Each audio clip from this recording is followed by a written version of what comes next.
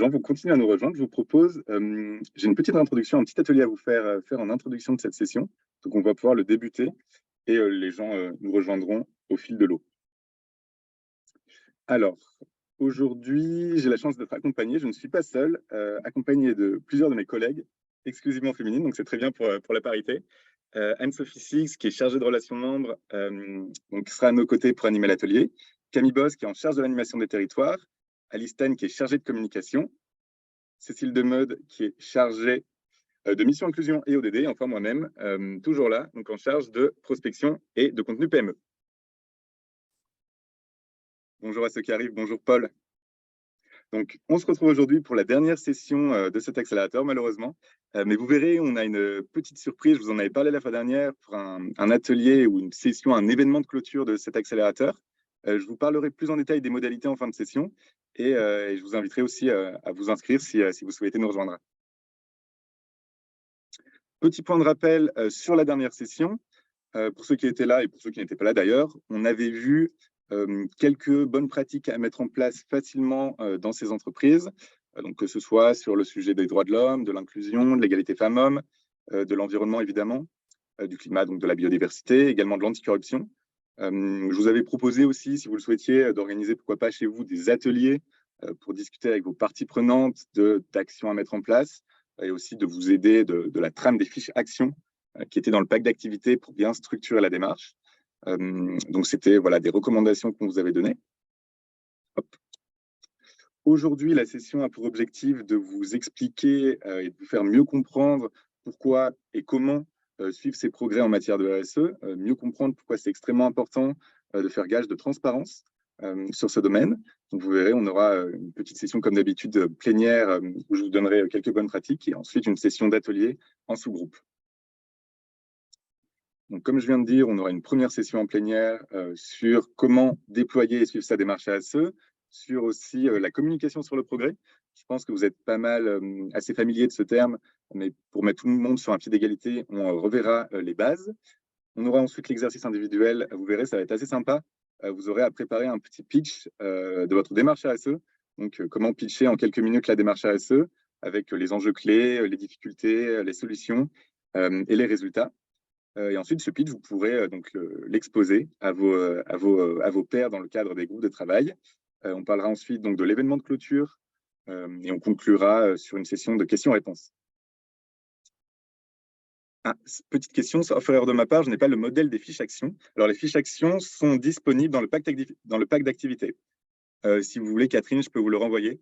N'hésitez pas à m'écrire un mail et je vous enverrai le PowerPoint. Mais pour commencer, hop, ce que je vous propose, une petite nouveauté, c'est de vous faire aussi contribuer à cette session. Vous vous souvenez, la semaine dernière, on avait vu que l'implication des parties prenantes était vraiment primordiale dans le cadre d'une démarche RSE. Et donc, quand on parle de parties prenantes, on parle aussi bien évidemment des salariés, qui sont une partie prenante clé. On avait vu qu'il y avait moyen de mettre en place des dispositifs pour collecter leurs idées, leurs bonnes pratiques, etc. Et donc, je vous pose cette question. Est-ce que vous, dans vos entreprises, vous avez mis en place, ou il y a en place des dispositifs qui sont utilisés pour sensibiliser, pour former, pour collecter les bonnes pratiques des salariés ou non? Et je ferai une sélection de enfin, je cumulerai ces recommandations et je vous les enverrai par mail. Petit souci de son, est-ce que vous m'entendez bien ou est-ce que c'est de votre côté, Yannick?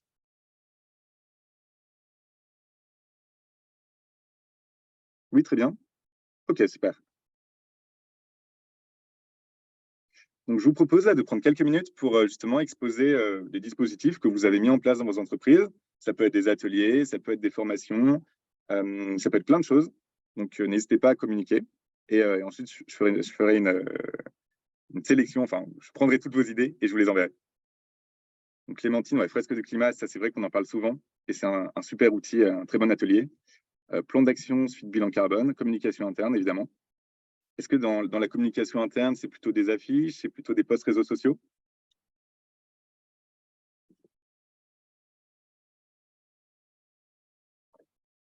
Des ateliers pour les salariés, ok. Semaine du climat, fresque du climat, ouais, ça revient souvent la fresque du climat. Brainstorming, SharePoint dédié au développement durable, avec une page dans notre portail, ok, super. Atelier par groupe pour faire remonter les idées, ok. Réunion mensuelle avec les ambassadeurs RSE. Super. Post réseaux sociaux Mayang. Top. Article dans l'intranet, ok. Réseaux sociaux, animation de temps fort. Des déjeuners, ok, sympa aussi. Semaine QVT, semaine développement durable, ouais, trop bien. Fresque du climat aussi. Fresque du climat, ok, ça revient souvent. Est-ce que vous avez fait d'autres fresques que celle du climat? Je sais qu'il y en a pas mal. Il y a la fresque de la biodiversité, la fresque des limites planétaires, il y en a pas mal. Boîte à idées, fresque du climat. Table ronde, super. Comité d'idées. Ah bah, il y a plein d'idées, c'est top. Je vous les enverrai. Fresque de la biodiversité, encore mieux que celle du climat, ok, bah, c'était l'information. Est-ce que vous avez fait des ateliers d'automne?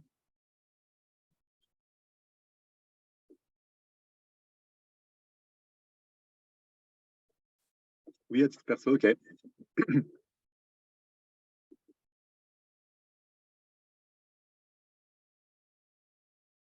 Prochaine étape, super. Vous verrez, on en parlera pour l'événement de clôture. Petite surprise, petit teasing. Je viens de me former animatrice pour la fresque de la biodiversité, mais on déploie d'abord la fresque du climat. Ouais, c'est vrai que les fresques c'est 3 heures. Je pense qu'on peut les condenser en 2 heures et demie, non? Si je me trompe. Petit déjeuner, boîte à idées. Super, bah, plein d'idées. Bah, je voulais, comme je l'ai dit, condenser, je vous les enverrai. Ah, on peut faire une version light de la fresque du climat en 1h30, je savais pas. Intéressant. Bah, super, bah, merci pour toutes vos idées. Je vous les enverrai par mail à la suite de cette session. Donc, je vous propose de débuter. Hop. Donc, on va voir aujourd'hui comment déployer sa démarche et suivre ses progrès. Donc déjà, je pense que pendant cet accélérateur, j'espère en tout cas, PME, vous avez pu structurer votre démarche RSE, vous avez pu identifier les enjeux clés, identifier des objectifs, identifier des pistes d'action et structurer un plan d'action. Donc vous avez vraiment la base solide pour maintenant déployer votre démarche. L'enjeu de la démarche RSE, vous le savez, c'est de la maintenir sur le long terme, de faire en sorte qu'elle ne s'essouffle pas année après année.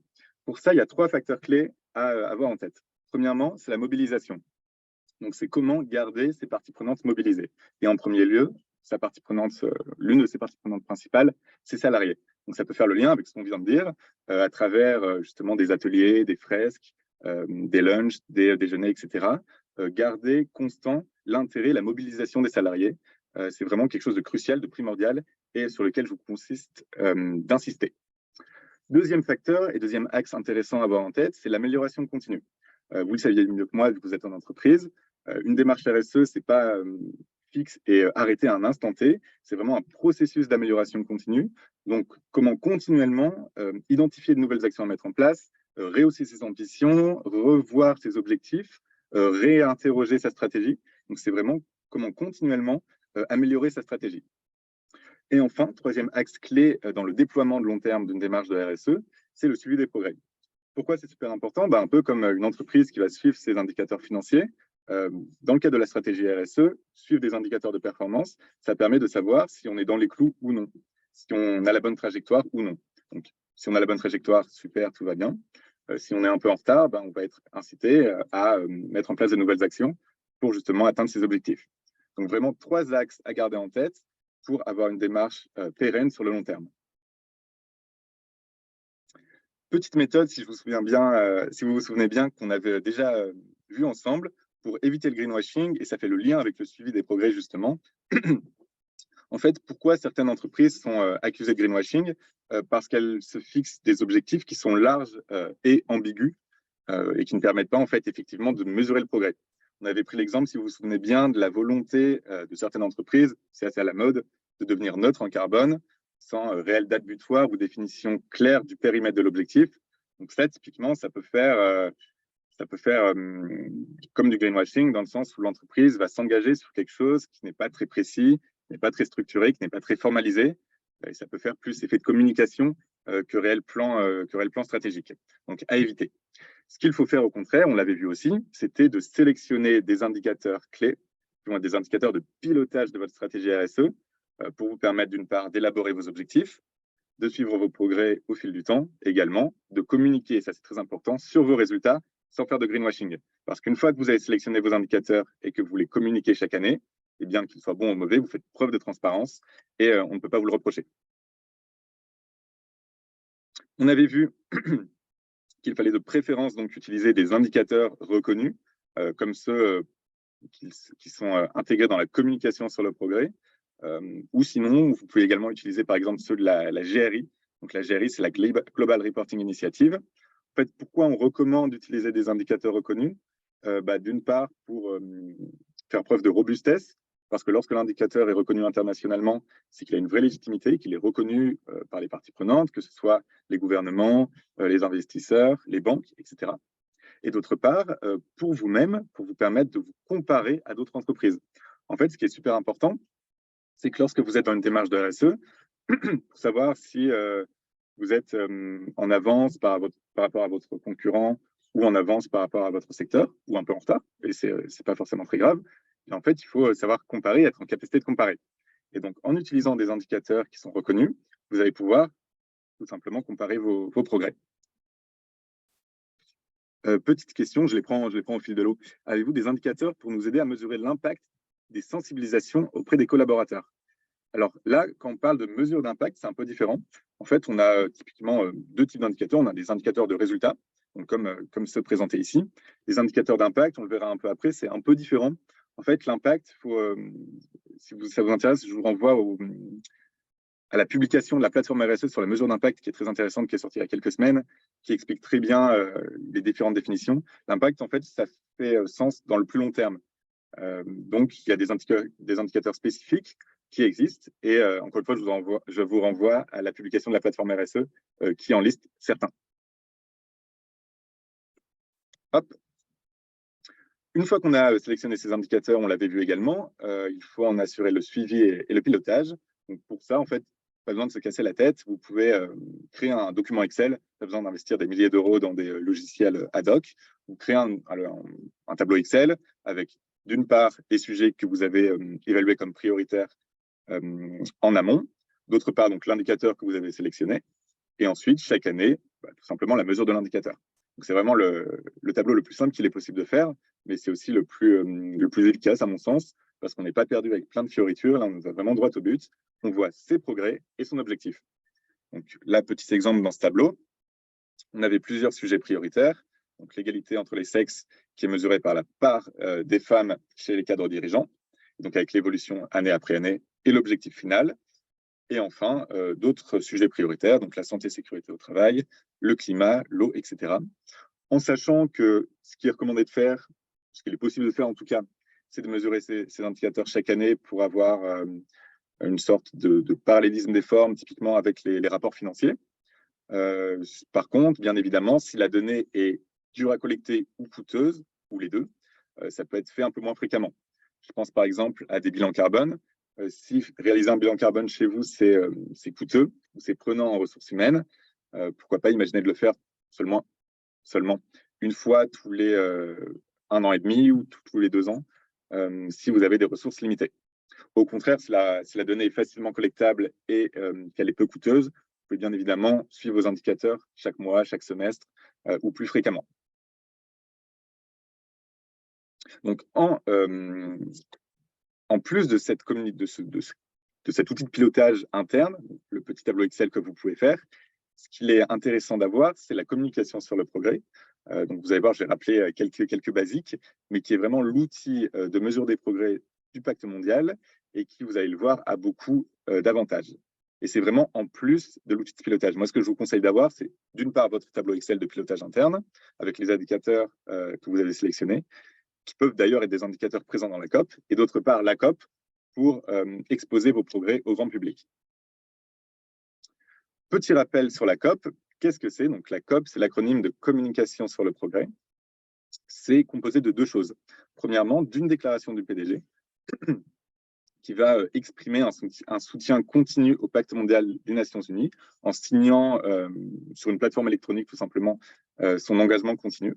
Et d'autre part, un questionnaire qu'on appelle le questionnaire COP, qui se compose d'environ 50 à 70 questions selon les enjeux prioritaires. Ça va généralement être à peu près 55-60, je dirais. Et donc, vous allez le voir juste après sa structure, mais qui permet plusieurs choses, qui permet premièrement de suivre et de valoriser ses progrès. Donc, vous allez voir qu'on va pouvoir suivre ses progrès sur plusieurs sujets. Excusez-moi. Donc, sur plusieurs sujets, que ce soit les droits humains, l'environnement, l'anticorruption et également la gouvernance, qui permet également d'identifier ses points forts et ses points faibles. Pourquoi? Parce qu'en fait, ce questionnaire COP offre une sorte de structure d'idéal à atteindre pour toute entreprise qui voudrait être responsable. Donc, typiquement, une fois qu'on a rempli toutes les questions de la COP, qu'on les a remplies au plus haut niveau, eh bien, on peut se targuer d'être vraiment solide, robuste sur sa démarche RSE. Et enfin, et ça c'est extrêmement important, et c'est pour moi la vraie plus-value de la COP, c'est qu'en fait, cette COP va être en libre accès, donc vous allez pouvoir vous comparer à toutes les entreprises du Pacte mondial dans le monde entier et dans tous les secteurs. Donc ça va être super intéressant pour vous, pour des logiques de benchmarking par exemple. Si vous souhaitez savoir ce que fait un concurrent dans un autre pays ou même en France, vous allez pouvoir aller voir ce qu'il fait dans une logique donc sectorielle pour voir quelles sont les meilleures pratiques, où est-ce que vous avez du retard, où est-ce que vous avez de l'avance. Et ça va vraiment être, je pense, un outil stratégique assez essentiel pour les entreprises. Donc vraiment, le questionnaire COP, il ne faut pas voir ça comme un énième questionnaire de reporting ou de divulgation de l'information en matière de durabilité. Il faut voir ça comme un outil de valorisation de ces bonnes pratiques et également de benchmarking. Petit point important, le Pacte mondial n'est ni évaluateur ni auditeur. Donc nous, on ne va absolument pas donner une note à vos performances dans le cadre de la COP. Vous n'aurez pas un score sur 100, 200, 300 000. C'est vraiment à vous de vous saisir de cet outil et de vous en servir. Petite question, est-ce qu'il y a des pièces jointes que l'on peut mettre dans la COP? En fait, à chacune des questions de la COP, vous allez pouvoir ajouter des commentaires pour, par exemple, expliquer que vous avez fait valider l'information par un auditeur. Vous allez pouvoir, à la fin de la COP, ajouter des pièces jointes. Donc, ça peut être un petit rapport RSE, ça peut être, pourquoi pas, votre tableau Excel de pilotage, ça peut être pas mal de choses. Et ces pièces jointes seront en effet visibles de tous.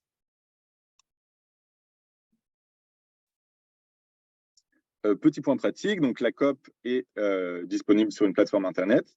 Elle est ouverte là actuellement en anglais. Par contre, sachez que si vous voulez répondre en français, il faut attendre encore quelques semaines. Je n'ai plus la date exacte en tête. Est-ce que Anne-Sophie, qui est dans le chat, peut m'aider peut-être? Le 24 avril. Ah bah parfait. Bah, même Karine, vous savez mieux que moi. Parfait. Donc le 24 avril, vous allez pouvoir répondre à la COP en français. Donc si vous souhaitez répondre à la COP en français et avoir les questions en français, je vous conseille d'attendre cette date et vous aurez jusque fin juin. Sur la structure du questionnaire, ça c'est intéressant. En fait, la COP, ça ne va pas regrouper des questionnaires un peu au hasard, aléatoirement. Il y a une vraie structure derrière. Il y a d'abord 5 piliers. Premier pilier, c'est la gouvernance. Donc, tout ce qui consiste en les structures de gouvernance, donc comment les décisions sont prises dans l'entreprise, également toutes les politiques d'engagement écrites de l'entreprise. Deuxième pilier, c'est les droits de l'homme. Troisième pilier, les droits du travail. Quatrième pilier, l'environnement. Et enfin, la lutte contre la corruption. Donc, vous l'avez reconnu, ce sont les 10 principes du pacte mondial qui sont en fait opérationnalisés à travers des questions. Chacun de ces piliers se structure de la même façon. On a premièrement une partie sur l'engagement. Donc, est-ce que l'entreprise a pris des engagements écrits dans le cadre d'une démarche de progrès sur le domaine? Donc, est-ce que l'entreprise s'est engagée en faveur des droits de l'homme, etc. Deuxième étape, c'est la prévention. Donc, ce sont tous les efforts qui ont été déployés pour prévenir les impacts négatifs sur le domaine. Donc, quelles actions ont été mises en place, grosso modo. Troisième étape, c'est la performance. Donc, ce sont là où on va retrouver les indicateurs de résultats. Et c'est pour ça que ça peut être intéressant d'avoir dans son tableau de pilotage interne des indicateurs de résultats qui rejoignent la communication sur le progrès, parce que vous allez pouvoir les valoriser. C'est là où l'étape se fait et la fusion se fait. Quatrième étape, enfin, c'est la réponse. Ça, c'est un peu plus spécifique. Ce sont des mécanismes de réponse, de remédiation, de reporting qui sont utilisés lorsqu'il y a un incident sur le domaine. N'hésitez pas en tout cas, si vous souhaitez de l'aide pour remplir votre COP, à participer aux sessions de coaching COP. C'est mon collègue Luca Uccello qui les anime et on en fait à peu près tous les mois.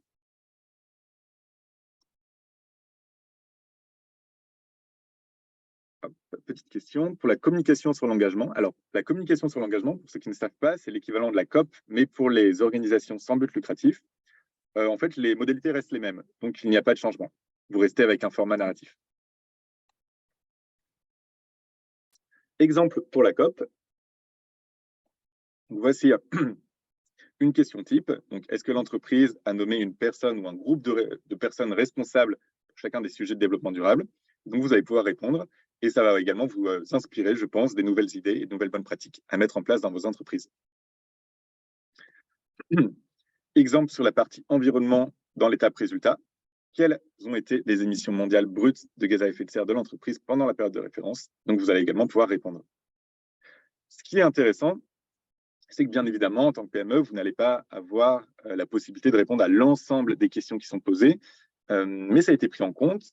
Il y a d'une part la possibilité de répondre non applicable à certaines questions, lorsque le sujet n'est pas significatif pour l'entreprise, notamment pour les PME ou pour les entreprises de certains secteurs.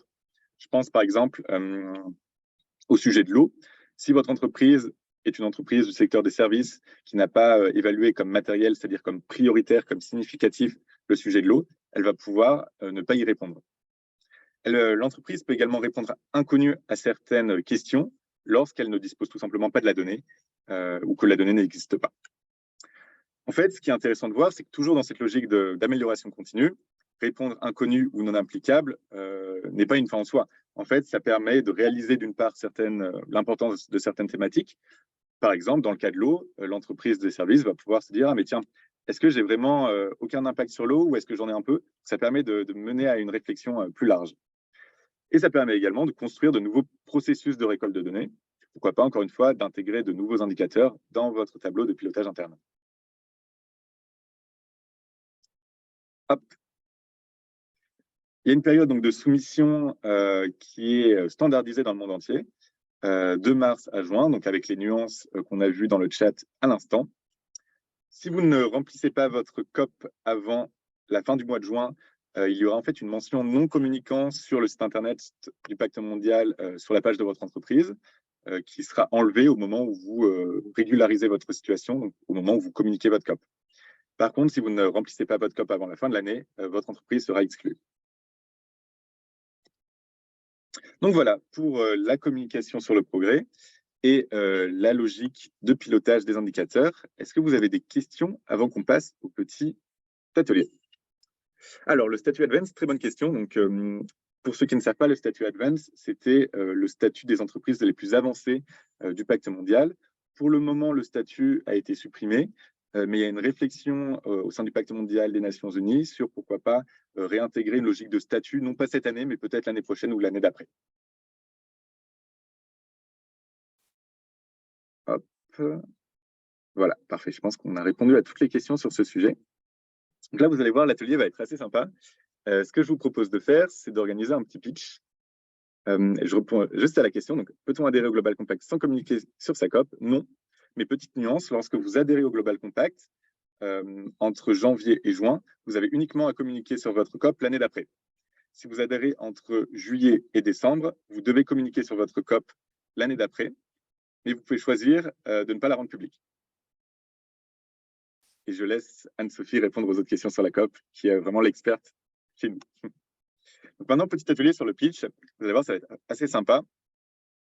En fait, l'idée, c'est de savoir pitcher sa démarche RSE. Donc, un pitch, c'est quoi? C'est grosso modo expliquer en 2-3 minutes sa démarche de A à Z. Et une fois que la personne, l'interlocuteur l'a entendu, il doit repartir avec vraiment les informations clés et être assez convaincu de ce que vous lui avez expliqué. Ce que je vous propose, c'est une petite méthode pour justement élaborer un pitch de démarche RSE. En fait, c'est une méthode, une trame qui est utilisée dans plein de récits, donc que ce soit des contes, des histoires, ou même en politique, en rhétorique. C'est vraiment une méthodologie qui fonctionne assez bien. L'idée, c'est premièrement de parler du problème que vous rencontrez. Donc, pour cela, on verra un exemple juste après, mais repensez à l'analyse de vos impacts et à vos enjeux clés. En étape 2, c'est d'expliquer pourquoi ce problème est important pour vous en particulier. Donc, repensez encore une fois à l'analyse de vos impacts, mais pensez également aux valeurs de votre entreprise. Étape 3, c'est quelle est votre ambition? Donc là, vous allez expliquer vos objectifs principaux. et la situation dans laquelle vous souhaitez être, excusez-moi, dans 2 ans, 5 ans, 10 ans. Étape 4, quelle solution vous proposez justement pour atteindre cette ambition? Donc, dans cette étape, vous allez expliquer vos actions clés, les actions principales que vous souhaitez ou que vous avez déjà mises en place. Et enfin, l'étape 5, ça va être de discuter, d'évoquer, d'indiquer quels sont les bénéfices que vous attendez ou quels sont les résultats que vous avez déjà. Et justement, là, il y a une petite nuance. Réfléchissez à la fois aux résultats immédiats, de court terme, et également, et on en parlait tout à l'heure, aux impacts de plus long terme. Donc, je prends un exemple sur le sujet de la qualité de vie au travail ou le sujet des salariés. On pourrait par exemple dire que la démarche RSE à court terme permet de meilleures conditions de travail pour les salariés. Et à plus long terme, elle a également un impact sur l'employabilité des salariés, a également un impact sur l'attractivité du territoire. Donc, vous voyez, ce sont des impacts de plus long terme, en fait, qu'il est aussi intéressant d'évoquer. Petit exemple tout de suite pour vous illustrer ce que je viens de dire.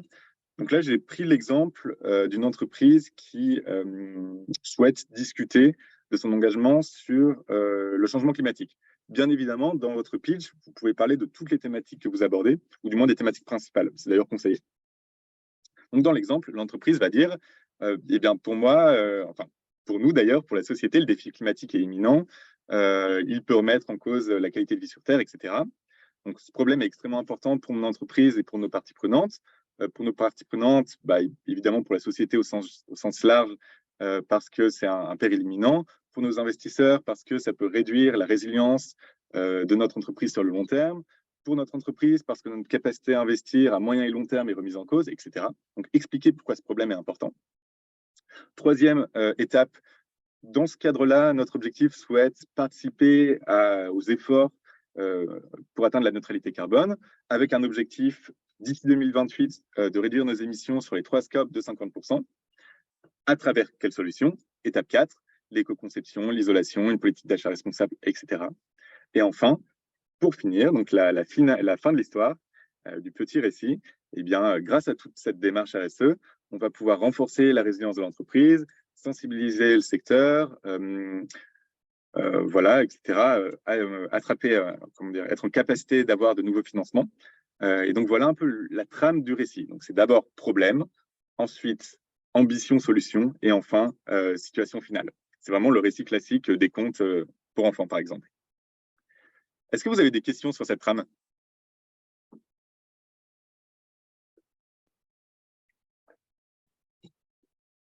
J'en vois pas, en tout cas. Donc, ce que je vous propose, c'est de prendre une vingtaine de minutes pour y réfléchir dans le cadre de votre entreprise, essayer donc de structurer votre récit et votre pitch avec cette trame. Ensuite, on fera une petite pause de 5 minutes et enfin, vous aurez la possibilité donc de les pitcher devant les autres entreprises. Ça vous va?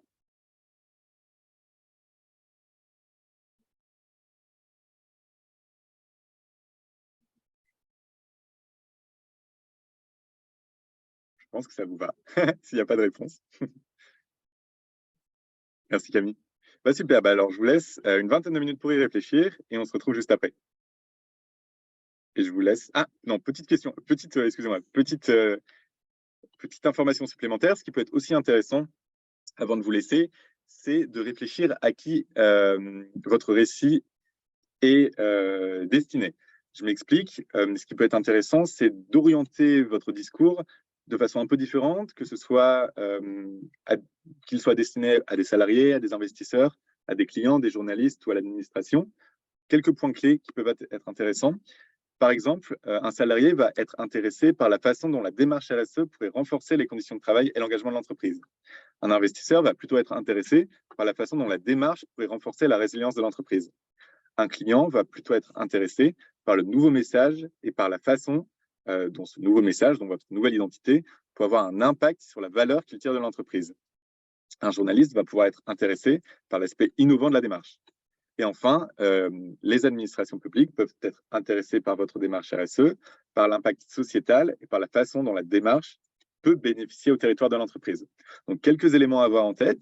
Et ça peut être intéressant si vous avez l'occasion de discuter avec l'une ou l'autre de ces parties prenantes, de les avoir en tête et de les garder lors du pitch de votre démarche.